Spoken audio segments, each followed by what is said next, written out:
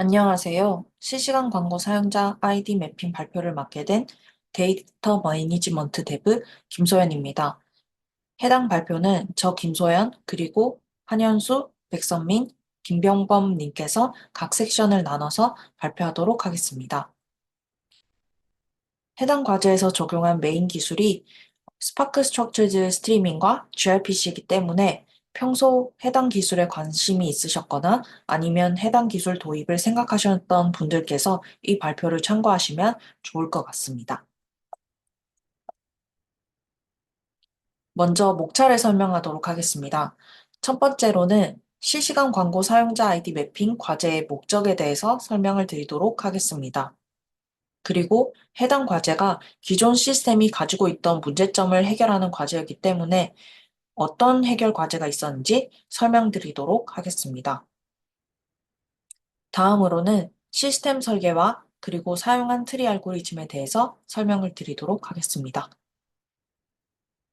그리고 gRPC와 스포크 스트럭처드 스트리밍을 어떻게 적용했는지에 대해서 gRPC 기반 아이디 생성기와 스파크 스트럭처드 스트리밍 애플리케이션 세션에서 설명을 드리도록 하겠습니다. 마지막으로 발전 방향에 대해서 설명을 드리고 마무리하겠습니다. 실시간 광고 사용자 아이디 매핑이 무엇인지 설명드리도록 하겠습니다. 한 줄로 요약하면 멀티 디바이스 아이디를 과상 광고 아이디에 매핑하는 것이라고 말씀드릴 수 있겠습니다. 최근에는 한 사람이 하나의 디바이스만 사용하지는 않죠. 저도 모바일이랑 PC 등 여러 가지 디바이스를 사용하고 있는데요. 한 명의 사용자가 여러 디바이스를 사용하기 때문에 멀티 디바이스라는 용어를 사용했습니다. 이러한 멀티 디바이스에서 생성된 로그에서 추출한 사용자 아이디를 가상 광고 아이디로 매핑하는 것이 실시간 광고 사용자 아이디 매핑이라고 말씀드릴 수 있는데요. 다음 장에서 좀 더 자세히 설명드리도록 하겠습니다. 상황을 한번 가정해 보겠습니다. 어, 그림으로 표현을 해봤는데요. 잭이라는 사람이 있고, 잭은 여러 디바이스를 가지고 있습니다. 휴대폰도 가지고 있고, PC도 가지고 있는 상황입니다. 그리고 어, 어, 어떤 사용자가 각 디바이스를 통해서 네이버에 접속을 해서 어떤 액션을 취했을 때는 로그가 남게 됩니다. 이렇게 생성된 사용자 이벤트 로그에는 다양한 유저 아이디가 남을 수 있는데요. 이 상황에서는 가상으로 적이된 아이디인 add 아이디, 모바일 아이디, 브라우저 아이디가 남는다고 가정을 하겠습니다. 그래서 첫 번째 디바이스인 모바일에서 잭이 네이버에 접속을 해서 이벤트 로그가 생성되었고, 해당 로그에 잭의 add 아이디가 A로 남고, 모바일 아이디 B, 그리고 브라우저 아이디가 C로 하나의 로그에 남은 상황입니다.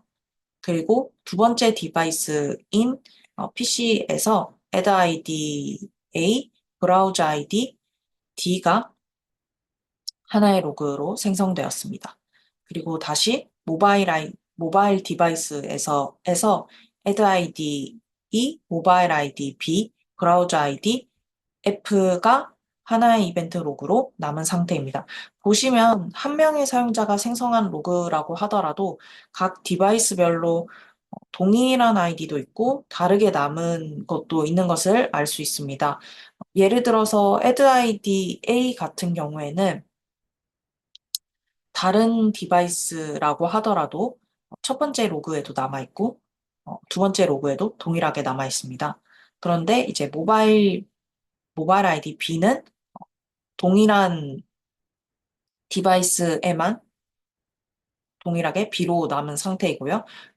그리고 브라우저 아이디는 각각의 로그에서 다 다르게 남아있는 것을 어, 아실 수 있습니다.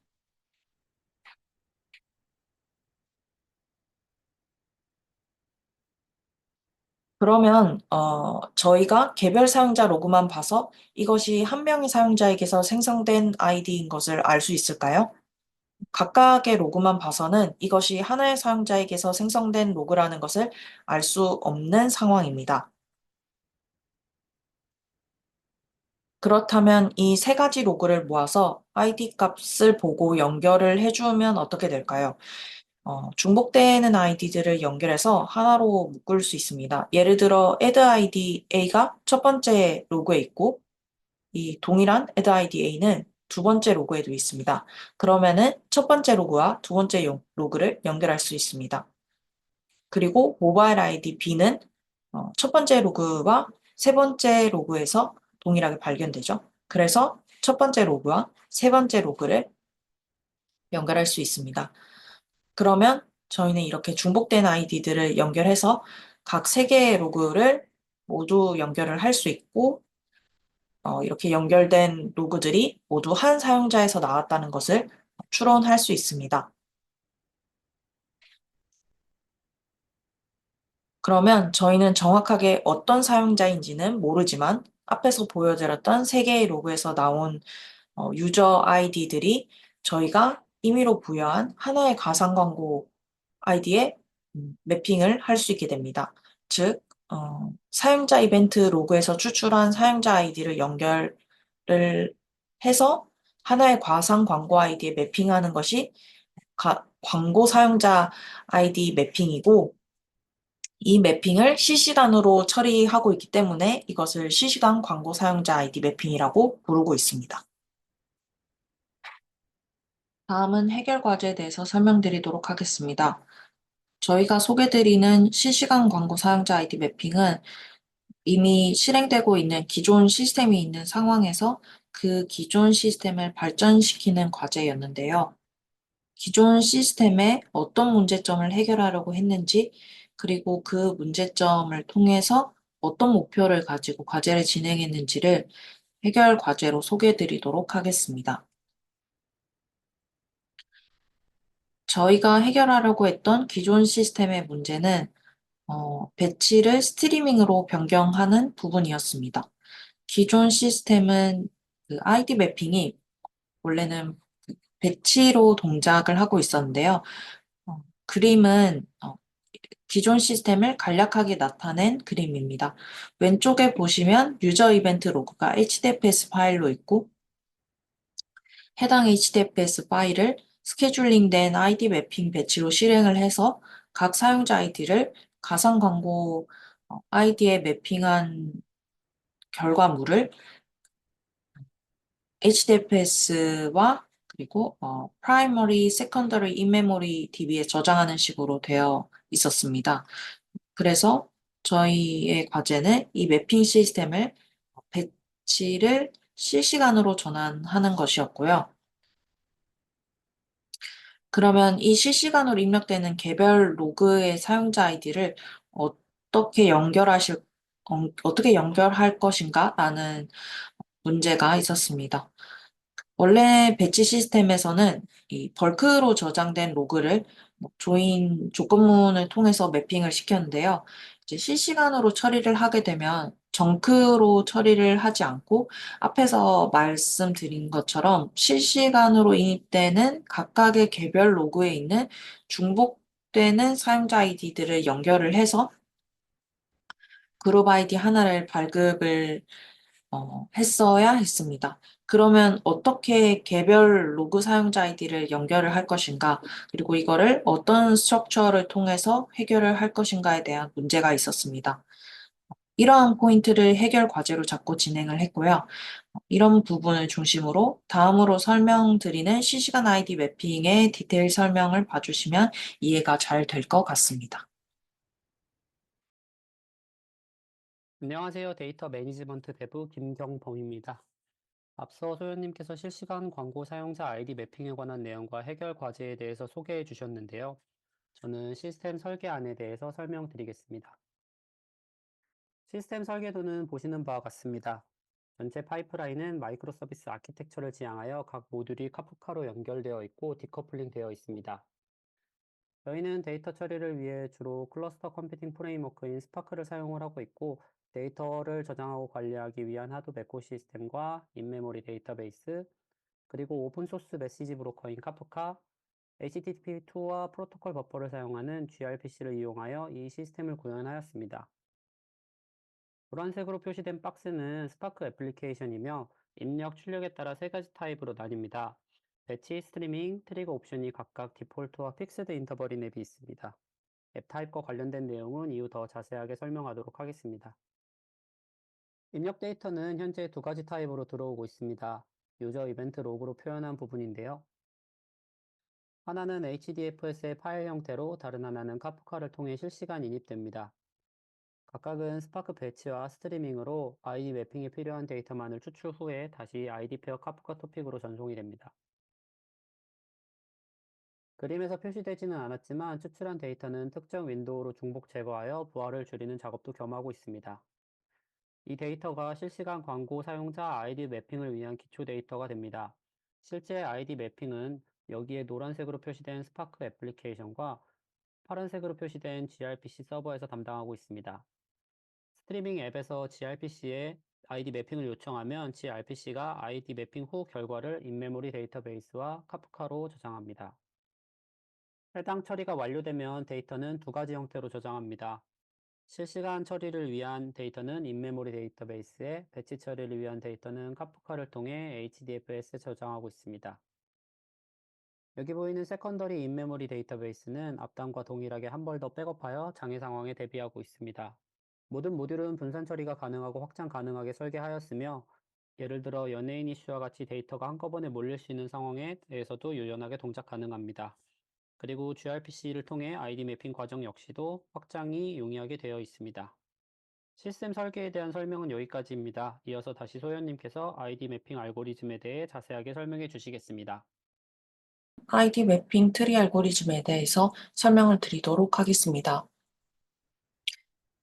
앞서 말씀드린 것처럼 각각의 이벤트 로그가 들어왔을 때 중복되는 사용자 로그들을 연결해야 되는데요.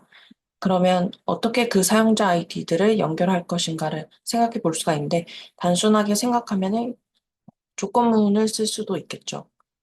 하지만 생각을 해보면 이 사용자 아이디를 연결한다는 것이 그래프 구조를 만드는 문제로 치환을 해서 생각을 할 수 있습니다. 각 유저 아이디를 노드로 생각하고 동일한 사용자라고 추론할 수 있는 경우 엣지로 연결을 할 수 있습니다. 오른쪽에 있는 그래프 그림이 왼쪽에 있는 사용자 이벤트 로그에서 생성을 한 그래프인데요. 예를 들어 add id A, 모바일 아이디 B, 브라우저 아이디 C가 있을 때 이 세 가지의 유저 아이디는 하나의 동일한 유저 이벤트 로그에서 들어왔기 때문에 엣지로 연결을 할 수 있습니다. 마찬가지로 유저 아이디 A와 브라우저 아이디 D는 동일한 로그에서 들어왔기 때문에 엣지로 연결할 수 있습니다. 이런 식으로 연결을 하면은 유저 아이디 A와 유저 아이디 E가 동일한 이벤트 로그에서 들어오지 않았음에도 엣지로 하나로 묶이는 것을 알 수 있습니다. 이제 단순하게 그래프 구조를 사용하게 되면은 그래프에서 사이클이 생성이 되거나 각 노드들이 무한으로 연결이 될 수도 있겠죠. 그래서 이런 사이클을 끊어내고 유한한 트리 구조를 만들어내기 위해서 먼저 사용자를 대표하기 용이한 아이디 타입 우선순위를 정의했습니다. 다시 한번 말씀드리지만 이 유저 아이디들은 실제와는 다른 명칭을 사용하고 가상으로 설명하기 위해서 생성한 명칭이라는 것을 다시 말씀드리고요. 예를 들어서 사용자 아이디가 add ID, 모바일 아이디, 브라우저 아이디라는 아이디 타입이 있다고 했을 때 add ID는 사용자 단위로 발급되는 아이디라고 정의하겠습니다. 그리고 모바일 아이디는 각 디바이스별로 발급되는 아이디, 브라우저 아이디는 각 브라우저별로 생성되는 아이디라고 가정해 보겠습니다. 그러면 사용자를 대표하기 용이한 순서로 나열을 해본다면 add ID가 가장 사용자를 잘 대표하고 그 다음에 모바일 아이디, 그 다음 브라우저 아이디 순으로 사용자를 잘 대표할 수 있겠죠. 그래서 아이디를 매핑할 때 만약에 하나의 로그에 add ID, 모바일 아이디, 브라우저 아이디가 있다면 add ID 기준으로 그룹 아이디를 발급할 수 있습니다. 이런 순서로 add priority를 add 모바일 브라우저 순으로 정의를 했습니다. 그러면 이러한 priority를 기준으로 아이디 그래프를 어떻게 생성했는지를 하나의 예시를 통해서 알고리즘을 설명드리도록 하겠습니다. 지금 보시는 상황은 실시간 광고 사용자 아이디 매핑이 실행이 되는 특정 상황의 스냅샷이라고 생각하시면 되는데요. 인메모리 DB에 이미 저장된 아이디 매핑 값들이 레코드로 저장이 돼 있고, 그리고 새로운 유저 아이디가 실시구원으로 들어왔을 때의 상황을 가정하고 있습니다. 인메모리 DB에 들어간 필드 값에 대해서 먼저 설명을 드리면 유저 아이디, 필드인 아이디, 기준 아이디 타입이 들어가 있는 루트 타입, 매핑된 그룹 아이디가 들어가 있는 그룹 아이디, 이벤트 필드가 있습니다. 이 루트 타입은 설명을 좀 더 들으시면 이해가 되실 텐데요. 간단하게 말씀드리면 루트 타입은 아까 설명드린 우선순위에 따라 매핑 당시 기준이 된 아이디 타입입니다. 예를 들어 한 로그에 add 모바일 브라우저 아이디가 같이 들어왔고 그룹 아이디가 매핑된다면 매핑 당시 우선순위가 가장 높은 사용자를 가장 잘 대표하는 add 아이디 기준으로 아이디가 매핑되었기 때문에 루트 타입은 각각 다 add가 됩니다. 첫 번째 레코드를 보시면 유저 아이디가 B이고 그리고 B에 매핑된 그룹 아이디는 G1입니다. 그리고 이벤트 타임은 1월 1일 13시이고요. 이 B를 G1에 매핑했을 때 기준이 된 아이디 타입은 add 아이디입니다. 마찬가지로 다음 레코드는 유저 아이디가 M이고 그룹 아이디가 G2 그리고 이벤트 타임은 1월 1일 13시입니다. M도 G2에 매핑이 되었을 때 기준이 된 루트 타입은 add id입니다. 새로 인입된 로그에는 add id, 모바일 id, 브라우저 id가 들어가 있고요. 보시면 add id와 모바일 id, 보시면 모바일 id M과 브라우저 id B는 이미 인메모리 DB에 들어가 있죠. 그리고 이벤트 타임을 보시면 1월 1일 12시입니다. 이 예시에서는 이미 저장된 아이디 매핑의 이벤트 타임보다 과거 시간의 이벤트 로그가 나중에 들어온 상황인데요. 이벤트 로그가 들어올 때 시간 순으로 들어오는 것을 보장하지 않기 때문에 이렇게 과거의 로그가 나중에 들어올 수 있다는 것과 해당 알고리즘은 로그의 유입 순서와 상관없이 동일한 매핑 결과를 생성하는 것을 강조하기 위해 이러한 상황을 예시로 들었습니다. 그래서 지금부터 설명드릴 알고리즘의 결과를 먼저 보여드리면 결과적으로는 새로 들어온 add id A에 G3라는 그룹 아이디가 매핑된 것을 알 수 있습니다. 그리고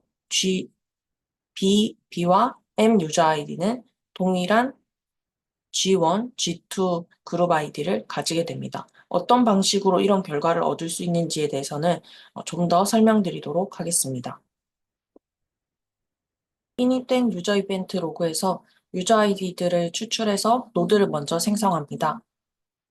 노드 타입이 두 가지가 있는데요. 로그 노드와 스트럭처 스토리지 노드 두 가지 타입으로 정의될 수 있습니다.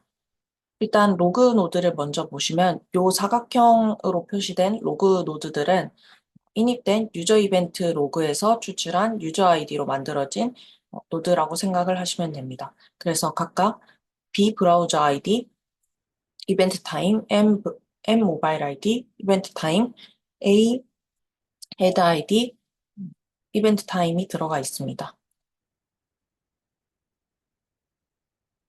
그리고 이 상황에서 각각의 유저 노드가 이미 아이디 매핑이 있는지 인메모리 DB를 질의를 하게 되는데요. 각각의 유저 노드에 이미 매핑된 그룹 아이디가 있다면 해당 그룹 아이디를 스토리지 노드로 생성을 해서 유저 아이디의 자식 노드로 연결을 하게 됩니다. 보시면 B 유저 아이디는 이미 그룹 아이디 G1을 가지고 있기 때문에 G1을 넣어주고, 그리고 M 유저 아이디는 G2를 가지고 있기 때문에 G2 스토리지 노드를 생성을 해서 자식 노드로 연결해 줍니다. 이때 스토리지 노드에는 유저 아이디, 그룹 아이디와 그리고 루트 아이디, 그리고 이벤트 타임이 들어가게 됩니다.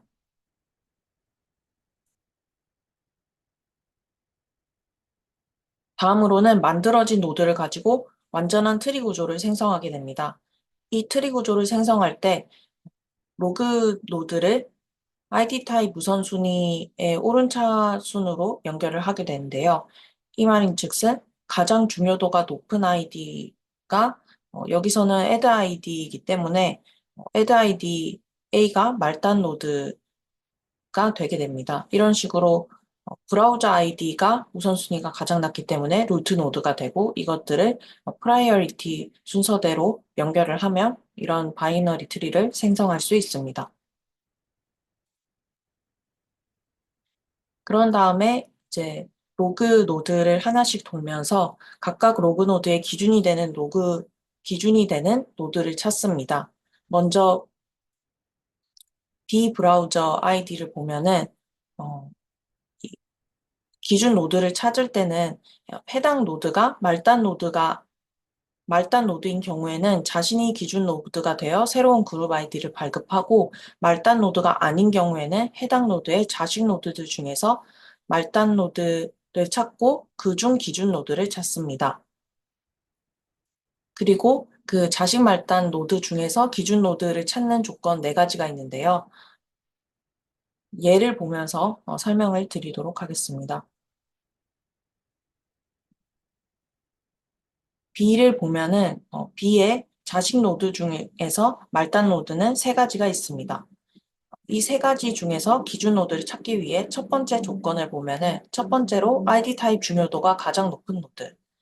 보시면 세 가지 말단 노드가 모두 동일한 add ID 타입을 가지고 있기 때문에 첫 번째 조건으로는 기준 노드를 찾을 수 없습니다. 그래서 두 번째 조건을 보면은 이벤트 타임이 가장 최신인 노드.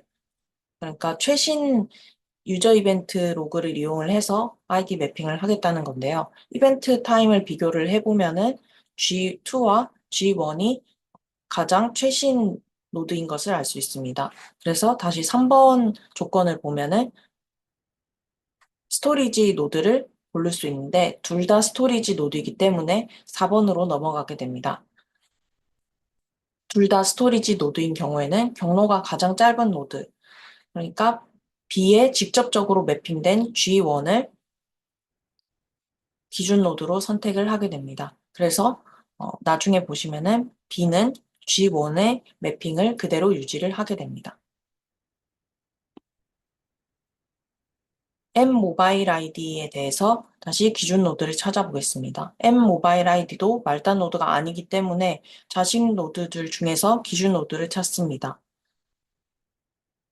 A와 G2가 있는데요. A와 G2 둘 다 아이디 타입이 add i이기 때문에 2번 조건을 봅니다. 2번 조건은 이벤트 타임이 가장 최신인 노드이기 때문에 G2가 A보다 이벤트 타임이 더 최신이기 때문에 M 유저 아이디의 기준 노드는 G2가 됩니다. 그리고 마지막으로 A add id는 자신이 말단 노드이기 때문에 자신이 기준 노드가 되어 새로운 그룹 아이디를 발급합니다. B는 G1과의 매핑을 유지하고, M은 G2와의 매핑을 유지하고, A는 새로운 G3라는 그룹 아이디를 발급받게 됩니다. 안녕하세요. 데이터 매니지먼트 대부의 한연수라고 합니다. 앞서 아이디 매핑 알고리즘에 대해 이야기를 드렸었는데요. 이번 장에서는 이 알고리즘을 어떻게 서비스하고 있는지 시스템 관점에서 이야기 드리려고 합니다. 여기 아이디 제네레이터는 ID 매핑 알고리즘을 구현한 구현체입니다. 엄밀히 말하면 인풋으로 사용자 아이디 목록을 받고 아웃풋으로 매핑된 광고 아이디를 리턴하는 API 서버입니다. API라고 하면 가장 먼저 REST를 떠올리실 수 있는데요. 저희는 성능적으로 이점이 있는 RPC를 선택하였습니다. 그리고 실제 구현은 오픈소스인 gRPC 프레임워크를 이용하였습니다. 그럼 gRPC 기반의 ID 제네레이터에 대해서 좀 더 이야기 드리겠습니다. 먼저 ID 제네레이터 서버가 있습니다. 여기에는 getID라는 RPC 함수가 구현된 gRPC 서버가 있습니다. 예상하시겠지만 getID는 ID 매핑 알고리즘이 구현된 함수입니다. 그리고 여러 개의 클라이언트 앱들이 있고요.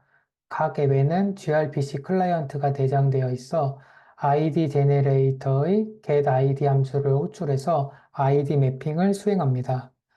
먼저 ID 매핑 앱을 보시면 이것은 스팍 스트럭처드 스트리밍으로 구현된 앱입니다. 카프카를 통해서 실시간으로 매핑할 유저 아이디 리스트가 들어오고요. 이 유저 아이디를 파라메타로 get 아이디를 호출하고 매핑된 광고 아이디를 리턴 받습니다. 예를 들어서 카프카로 A1, M1, B1이라는 아이디가 들어오면은 이 세 개의 유저 아이디로 get id 함수를 호출을 하고요. 그래서 G1이라고 하는 매핑된 하나의 광고 아이디를 리턴받게 됩니다. 서두에 잠시 언급했듯이 ID 제네레이터는 수만에서 수십만 TPS를 감당해야 합니다. 이를 위해서 ID 제네레이터는 이렇게 여러 노드로 클러스터를 구성을 하고 요청 트래픽을 분산해서 처리합니다. 트래픽을 분산하는 방법은 그 L4와 같은 프록시에서 로드 밸런싱하는 방법이 있을 수가 있고 또 다른 방법으로 클라이언트 측에서 서버들의 목록을 모두 갖고서 클라이언트가 직접 로드 밸런싱해서 서버에 요청하는 방법이 있을 수가 있습니다. 저희 ID 제네레이터에서는 그 후자인 클라이언트 단에서 로드 밸런싱 하는 것으로 구성하였습니다. 그 이유는 대량의 트래픽을 처리해야 된다는 점 때문인데요. 그 프록시를 이용한 로드 밸런싱은 반드시 프록시를 거쳐야 한다는 점 때문에 성능상의 손실이 있을 것으로 판단하였습니다. 그리고 또한 그 gRPC 프레임워크를 이용을 하면은 클라이언트 단에서 로드 밸런싱을 쉽게 구현할 수 있다는 점도 주요했습니다. 서버의 목록과 간단한 몇 가지 옵션을 세팅해주면 gRPC 클라이언트에서 알아서 로드 밸런싱을 해서 서버를 호출을 합니다. 그러나 그 서버의 목록을 얻는 것, 그리고 서버 중지나 투입 시에 서버의 목록을 갱신을 해야 하는 것, 이것은 직접 구현이 필요합니다. 저희는 이를 주키퍼를 이용해서 구현을 하였습니다. ID 이 제네레이터가 부팅이 될 때, 주키퍼의 자신의 호스트와 포트를 이름으로 하는 그 임시 진노드를 생성을 합니다. 만약에 이렇게 세 개의 서버가 부팅이 되었다면, 이렇게 세 개의 임시 진노드가 생성이 되고요. 그리고 임시 진노드의 특성이 해당 진노드를 생성했던 커넥션이 끊기면 진노드도 삭제가 된다는 점인데요. 그래서 이 ID 제네레이터가 부팅해서 동작 중일 때는 커넥션을 맺고 있다가 프레시 등으로 중지가 되면은 커넥션이 끊기고 자동으로 진노드는 삭제가 됩니다. 이런 식으로 ID 제네레이터의 클러스터 멤버십을 구성을 했고요. 이 클라이언트에서는 그 초기 클라이언트 생성 시에 그 주키퍼에 생성된 진노드들을 읽어서 서버의 목록을 얻을 수가 있습니다. 그리고 이렇게 상위 진노드의 와처를 걸어두면은 자식 진노드가 추가가 됐거나 삭제가 되었을 때 알람을 받아서 새로운 서버 목록을 갱신할 수가 있었습니다. 지금까지 실시간으로 대량의 아이디 매핑 요청을 감당하면서 가용성까지 강화된 아이디 제네레이터 시스템과 구성에 대해서 소개해 드렸습니다. 이번에는 시스템 설계에서 설명드린 스파크 스트럭처드 스트리밍 앱에 대해서 설명드리도록 하겠습니다. 앞서 설명드린 것처럼 저희 시스템 설계는 마이크로 서비스 아키텍처를 지향해서 카프카와 여러 가지 스파크 스트럭처드 스트리밍으로 구성되어 있습니다. 노란 박스가 스파크 앱들이고 각각은 배치나 스트리밍 앱으로 실행됩니다. 점선으로 실행 배치 타입을 구분했습니다. 첫 번째 스파크 배치 앱을 제외하면 모두 스트리밍 앱인데요. 유저 아이디를 익스트랙션하는 이 배치 앱은 인풋이 스케줄링된 배치로 생성되는 HDFS 파일이기 때문에 배치로 구현했습니다. 그리고 각 스트리밍 앱은 상황에 맞는 트리거 옵션을 사용했습니다. 각 앱의 인풋 아웃풋에 따라 트리거 옵션을 정했는데요. 먼저 이 카프카에 붙은 앱을 보시면 카프카를 인풋으로 받는 ID 익스트랙션 앱은 인풋이 실시간성 데이터이고 인풋 데이터를 마이크로 배치로 모아서 중복 제거를 하기 때문에 픽스드 인터벌로 처리했습니다. 그리고 마찬가지로 추출된 ID 페어를 인풋으로 해서 gRPC에 요청을 보내는 앱도 픽스드 인터벌 트리거로 구현했습니다. 그리고 이 gRPC에서 생성된 결과물은 프라이머리 인메모리 DB와 ID 매핑 카프카로 연결되는데요. 이 ID 매핑 카프카에서 연결된 메시지들을 다시 인메모리 DB, 세컨더리 인메모리 DB와 HDFS로 쌓게 됩니다. 이 ID 매핑 HDFS는 분석용으로 쌓는 것이기 때문에 실시간 처리가 필요하지 않고 오히려 스트리밍으로 처리했을 경우 수많은 파일이 생성되기 때문에 원스트리그 옵션으로 주기적으로 스케줄링된 잡이 돌아갈 수 있도록 설정했습니다. 세컨더리 인메모리에 데이터를 입력하는 스트리밍 잡은 다른 앱들과 동일하게 픽스드 인터벌로 처리했습니다.